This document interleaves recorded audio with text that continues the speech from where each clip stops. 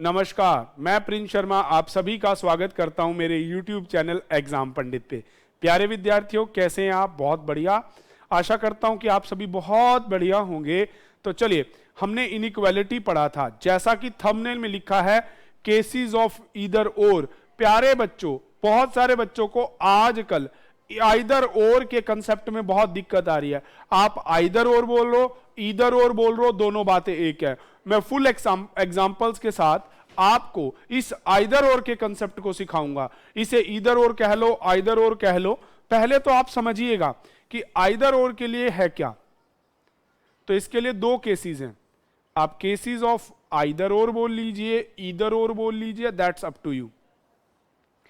Either or का case apply करने के लिए हमारे पास होना क्या चाहिए? होना कंडीशन में यह चाहिए कि आपके एलिमेंट सेम होने चाहिए, पहली चीज। ठीक है जी। क्यों? It's apply on two elements.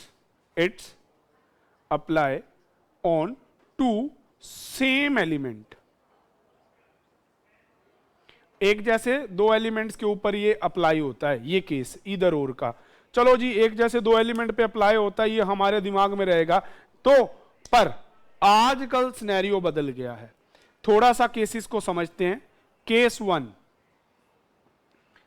When your perfect answer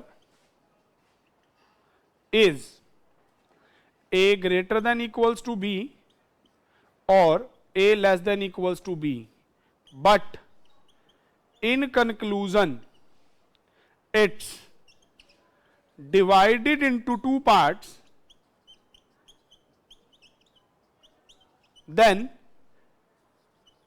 your answer is either or। ये चीज मैंने आपको क्या बताई कि अब मैंने ना, अगर ध्यान से अगर आप पार्ट 1 देखेंगे, वहां पे 12वें पता नहीं 13वें प्रश्न में ये था। मैंने कहा था कि अगली क्लास इधर और की होगी, देखेगा। तो पार्ट 1 वाले बच्चे को जिसको भी दिक्कत हो वो वहां यहां समझ लीजिए, और जो यहां से देख रहे हैं याद दिलवा दूं, पार्ट 1 देखना जरूर। ठीक है जी।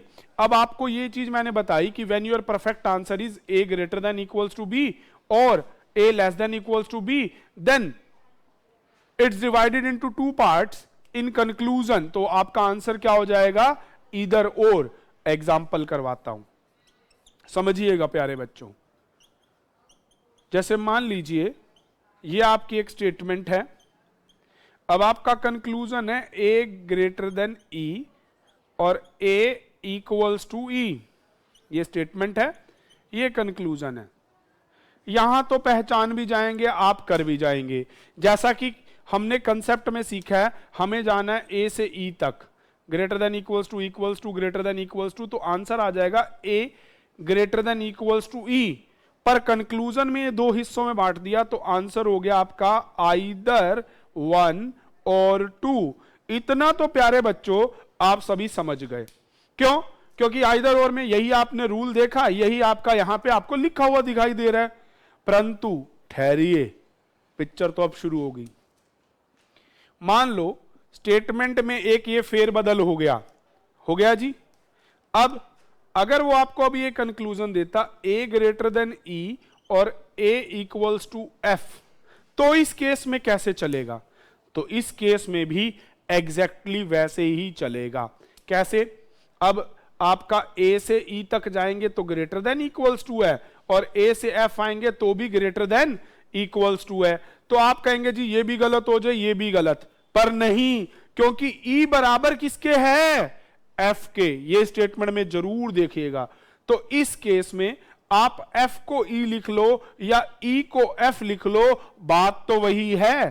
तो भी ये बन जाएगा आइदर 1 और 2। प्यारे बच्चों देखना, मैंने यहां लिखा है it's apply on two same element, पर जब आपका ये दोनों एलिमेंट के बीच में इक्वल्स टू लगा हो तो उस केस में भी आपका आइदर और अप्लाई हो जाता है। थोड़ा सा समझिएगा। अच्छा, अगर आपको इसकी जगह पे ऐसा लिखा होता ए ग्रेटर देन ई और A equals to D, for example ये दिया होता ए ई और ए डी, तो इस केस में ये दोनों गलत हो जाते हैं। क्यों गलत हो जाते? क्योंकि E और D के बीच में ग्रेटर देन इक्वल्स टू है, ना कि इक्वल्स टू, और यहां पे E और F में था इक्वल्स टू। तो ये चीज आप सभी को समझ आ गई, इस चीज को आप ध्यान में रखेंगे। अच्छा, मान लीजिए ऐसा होता E लेस देन A और F इक्वल्स टू A, या यहां लिखा होता A इक्वल्स टू F। आप यहां देखिए, अब हमारा रिजल्ट है A greater than equals to, पर इसमें E दे रखा है, तो ये भी गलत माना जाएगा। इस केस में भी नाइदर नॉर हो जाएगा, है ठीक है। चलिए, अच्छा एक और चीज, अगर ये दिया होता E लेस देन A और A इक्वल्स टू F, तो मुंह तो एक ही तरफ ही खुला है, तो भी ये आपका क्या हो जाता? आइदर 1 और 2। तो प्यारे बच्चों, मैं एक बार साइड हो जाता हूं, आप इसका स्क्रीनशॉट ले लीजिए। ये क्वेश्चन इस तरह से ही आएगा, और एसबीआई क्लर्क मेंस में भी ऐसे क्वेश्चन पूछे जाएंगे, तो बड़े ध्यान से इस केस 1 को उतार लीजिए। रिपीट कर देता हूं इतनी देर। When your both conclusion when your perfect answer is A greater than equals to B or less than equals to B, but in conclusion it divided into two parts, then your answer is either or, जैसा कि मैंने example में आपके सामने किया। अब case number 2, case number 2 ध्यान से समझिएगा। केस 2, इस केस 2 के अंदर आपका एक वीडियो थोड़ा बड़ा नहीं होने वाला, 12 से 14 मिनट का रहने वाला है, पूरा वीडियो देखिएगा, और उसके बाद कभी आइदर और के अंदर आपकी गलती नहीं होगी, ये मेरी गारंटी है। चलिए, case 2, when your both conclusions are wrong, समझिएगा, when your both conclusions are wrong, इसमें कुछ कंडीशन, हैविंग ऑल 3 एलिमेंट्स, यहां एलिमेंट की जगह आप ऑपरेशंस भी कह सकते हैं, सिंबल भी कह सकते हैं। सिंबल कौन कौन सा? ग्रेटर देन, लेस देन और इक्वल, ये तीनों के तीनों इसके बीच में हैं। नंबर 2, 3 एलिमेंट्स, डन है। उसके बाद पहली चीज रॉन्ग होना चाहिए, तीनों के तीनों एलिमेंट, और उसके बाद अल्फाबेट्स या वर्ड जो गिवन है are same, then your answer is either or। तो आपका आंसर क्या हो जाएगा? either or। दोबारा समझाता हूं, when your both conclusions are wrong, having all the 3 symbols and elements are same, then your answer is either or। Example से समझते हैं, जैसे है A greater than equals to B, B equals to C, C greater than D, E less than A।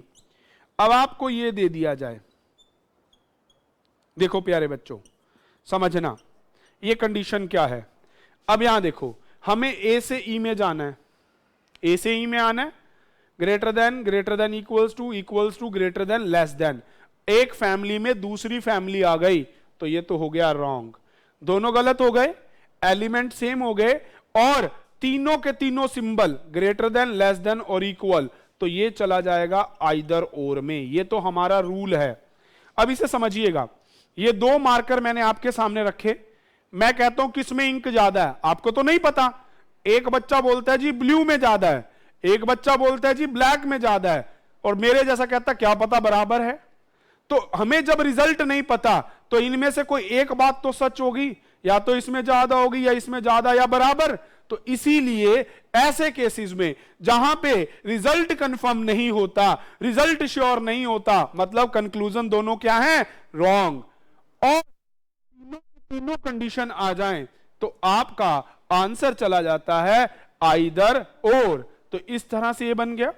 अब इसमें आते हैं twist, जो 2022 से शुरू हो गए आने, क्योंकि यहां तक कंडीशन यह है कि इट्स अप्लाई ऑन 2 एलिमेंट, आप समझते भी हैं और आप लगाते भी हैं। पर अब E बराबर हो गया F के, तो उसकी वही बात झूठी होने वाली है। अब E ग्रेटर देन दिस और A लेस देन F, तो अब इस केस में ये दोनों गलत हैं प्यारे, ये दोनों गलत हैं।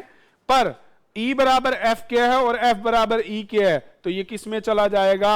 आइदर और में चला जाएगा प्यारे बच्चों। अच्छा, अगर ऐसा होता ये अभी अभी एक रिसेंट के पेपर का क्वेश्चन है।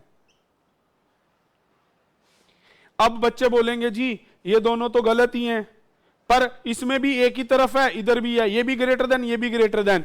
नहीं, इसमें एक ही तरफ मुंह खुला है और इसमें एफ की तरफ, और यहां देखो यहां एक की तरफ था और ये एफ की, तो इससे आपको परेशान नहीं होना, इसका आंसर भी हो जाएगा आइदर और। परंतु अगर आपको यह दे दिया जाता ए ग्रेटर देन डी और A less than equals to ई, तो ये चला जाता नाइदर नोर में। क्यों? क्योंकि डी और ई के बीच में लेस देन का सिंबल है, वहां पे इक्वल नहीं है। अब अच्छा, अगर ये होता ए ग्रेटर देन इक्वल्स टू ई और ए ग्रेटर देन एफ, तो क्या ये आइदर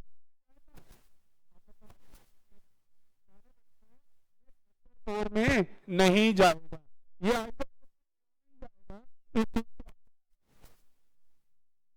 तो देखिए इसमें ई और एफ, अब यहां एक ही तरफ ही दोनों बार मुंह खुला है, ग्रेटर देन और ग्रेटर देन इक्वल्स टू, तो ये आइदर और में नहीं जाएगा, ये भी नाइदर नोर में या नन फॉलो वाला ऑप्शन क्लिक किया जाएगा। यहां पे तीन सिंबल का मतलब ही यही है कि ऑपरेटर्स दोनों के फेवर में इक्विवेलेंस होना चाहिए। अगर ऐसा नहीं होगा तो वो आइदर और के केस में नहीं जाएगा। प्यारे बच्चों, इस वीडियो को ध्यान से दोबारा देखिएगा और केस ऑफ आइदर और की गलतियों को समझिएगा। इस वीडियो में केवल इतना ही, आज के लिए इतना। धन्यवाद। Stay tune with exam Pandit.